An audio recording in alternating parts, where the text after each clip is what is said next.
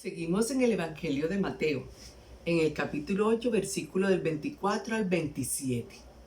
Y nos está narrando el texto que los discípulos, siguiendo o decidiendo seguir, esa palabra es clave para entender el texto, se subieron a la barca con él y estando en medio del lago se suscita una tempestad. Ellos ven a Jesús dormido y lo despiertan porque le dicen que van a naufragar y que él está durmiendo, que se levante, a lo que Jesús los increpa diciendo: hombres de poca fe, y da orden a la tempestad que se calme, y surge en ellos una pregunta: ¿quién es este que hasta puede calmar la tempestad? Esa es la secuencia del texto y los elementos del texto. El primer elemento, el de seguir, se suben a la barca para seguir a Jesús, es importantísimo, porque en el capítulo anterior Jesús ha pedido que para seguirle a él hay que hacer renuncias, hay que tomar decisiones, y ellos han tomado la decisión de seguir a Jesús, de subirte en esa barca en la que Jesús va. Y en medio de esa barca, ya lo dije, ocurre lo de la tempestad, a lo que ellos despiertan a Jesús. Lo que quiere decir este texto es que el seguimiento a Jesús no nos garantiza que no haya obstáculos, que no haya dificultades. Al contrario, Dios va a permitirlas en nuestra vida porque Él no es el Dios que creía el Antiguo Testamento, que creía Israel, que todo lo hacía Él y que a nosotros no nos correspondía hacer nada, sino simplemente pedir. No. Jesús está enseñando aquí que van a acontecer en tu vida y en la mía situaciones que, aunque Él sepa que están aconteciendo, no siempre va a intervenir inmediatamente, porque las va a permitir, como sucedió con Job, para que descubramos en nosotros cuánta fe, cuánta gracia, y no como un examen, sino para que descubramos todo lo que Dios nos ha dado. Y Jesús por eso los increpa, diciéndoles: qué poca fe tienen. O sea, qué poca fe. Se subieron a esta barca conmigo porque querían ser los discípulos. Se subieron a esta barca conmigo porque han creído en todo lo que yo he dicho. Y al primer obstáculo me llaman corriendo, me despiertan corriendo y ya diciendo algo que no ha acontecido, que nos vamos a hundir. Qué enseñanza la que nos da el texto. Porque hoy tendríamos que preguntarnos cuánto sucede así en tu vida y en la mía. Aún no ha ocurrido nada, se está simplemente agitando un poco la situación, un poco la vida, y en vez de recurrir a la fe que Dios nos ha dado y que ha ido creciendo por el conocimiento de la palabra, el ejercicio de la oración, lo que hemos visto de Dios en nuestra vida, nos asustamos enseguida gritando: Señor, ¿dónde estás que no te veo? ¿Dónde estás que no te oigo?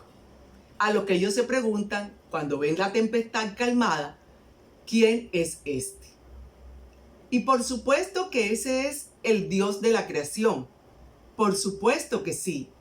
Pero vuelvo y repito, no es para que Él le diga a la creación y a todo el mundo lo que tiene que hacer y hacer, porque para eso nos dio la libertad.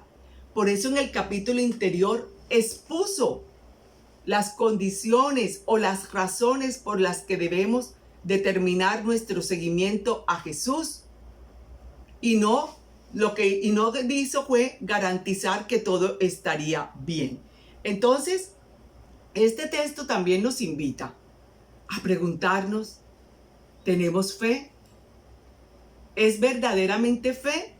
Porque la fe, como nos las anuncia o define el Catecismo de la Iglesia Católica, es la decisión de adherirnos a Jesús, de aceptar su mensaje para vivir en Él, de aceptar sus obras porque en Él somos salvados, en ellas somos salvados, en ellas caminamos a la salvación, de aceptar su doctrina porque no puede haber otra. Él es Dios y Él es el que la ha planteado. Eso es fe. Así no ocurra nada sobrenatural, así no ocurra nada extraordinario. La fe se ve o se puede ver es por cuánto hemos aceptado a Jesús, su mensaje, su palabra, sus obras, sus milagros. Bendito sea Dios. Y este es uno de los milagros sobre la naturaleza que va a hacer Jesús. Por supuesto, porque la naturaleza también hace parte de la creación de Dios. Pero este texto va acompañado de una profecía de Amós, en donde recrimina al pueblo de Israel, porque por mucho que se le haya anunciado, no se convierte. Nada que acepta al Señor. Y a veces nos puede pasar. Por mucho que veamos, no tomamos esa decisión de adherirnos a Jesús fielmente, de aceptar su mensaje como es, sino que lo cambiamos, lo cogemos selectivo, incluso lo desvirtuamos. Podemos coger un texto bíblico para poner a decir lo que no dice y terminar diciendo lo que queremos decir nosotros. Podemos coger un texto bíblico para sacarlo totalmente del mensaje de salvación y terminar diciendo cómo se hace una torta, porque Jesús es el pan de vida. Podemos coger un texto bíblico para decirle al otro lo que no nos atrevemos a decirle con calma, de frente, y utilizamos la palabra de Dios para querer manipular la situación. Los textos bíblicos se pueden tomar para un sinfín de cosas. Y eso es un pecado, porque los escribió el Espíritu Santo y pecamos contra el Espíritu cuando les cambiamos el sentido, cuando les cambiamos el mensaje y los tomamos para cosas humanas. Aunque el texto bíblico, por supuesto, es para nosotros, pero no siempre para todo lo humano se le puede acomodar un texto bíblico. Eso hay que tener cuidado, pero mucho cuidado, porque además los que escuchan pueden quedar confundidos y aprender a tomar los textos bíblicos simplemente para acomodarlos en diversas situaciones de vida o para decir lo que queremos decir. ¿Cuánta fe tenemos? Nosotros hemos decidido subirnos a la barca de la salvación. Gloria a Dios. Así que se presentarán y se han presentado seguro tempestades. Pero la certeza de que Él está ahí es más grande que todo. La certeza de que Él fue el que nos invitó a subirnos y no para bajarse Él después, como hacemos nosotros, el Capitán Araña. Subimos a los demás y nos quedamos en tierra. Él no. Él se subió también. Él va subido con nosotros. Por eso cualquier tempestad que suceda en nuestra vida, en la humanidad, en el mundo, en la creación, aunque parezca que está dormido, Él sabe que está aconteciendo. Y sabe cuál es su momento para obrar. La creación responde a Dios como su creador. La pregunta es, ¿respondemos nosotros a Dios como nuestro Padre, como nuestro Creador? ¿O al contrario, nos cuestionamos para bien nuestro por qué Dios no ha hecho más por nosotros?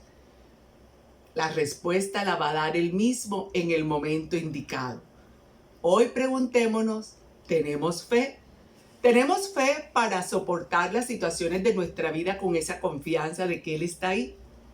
¿Tenemos fe para aceptar lo que Él nos permita vivir sabiendo que es para nuestro bien y para nuestra salvación? ¿Tenemos fe para verlo ahí, aunque nos parezca que está dormido y no creer que se bajó o que no está? ¿Tenemos fe para, como dice Pablo, nada nos podrá separar del amor de Dios, nada creado? ¿Tenemos esa fe? ¿O necesitamos una fe que esté viendo constantemente cosas sobrenaturales? Que Dios haga cosas. Bendito sea Dios, Espíritu Santo, ayúdanos a acrecentar nuestra fe, a tomar conciencia de que por ella tomamos libremente la decisión de adherirnos a Jesús. Y que al subirnos a esta barca en la que Él va, pues por supuesto atravesar ese lago, atravesar ese mar que contiene todas las realidades humanas, porque eso es lo que quiere decir el mar y por eso algunos lo asimilan al mal, porque son las realidades humanas las que se agitan. Pueden aparecer tormentas cuando las realidades humanas se agitan. Ayúdanos, Espíritu Santo. Ven en nuestro auxilio y acrecienta nuestra fe. Y no nos permitas tomar el mensaje de Jesús para desvirtuarlo, maltratarlo, descontextualizarlo y decir lo que nosotros queramos decir. Ven, Espíritu Santo.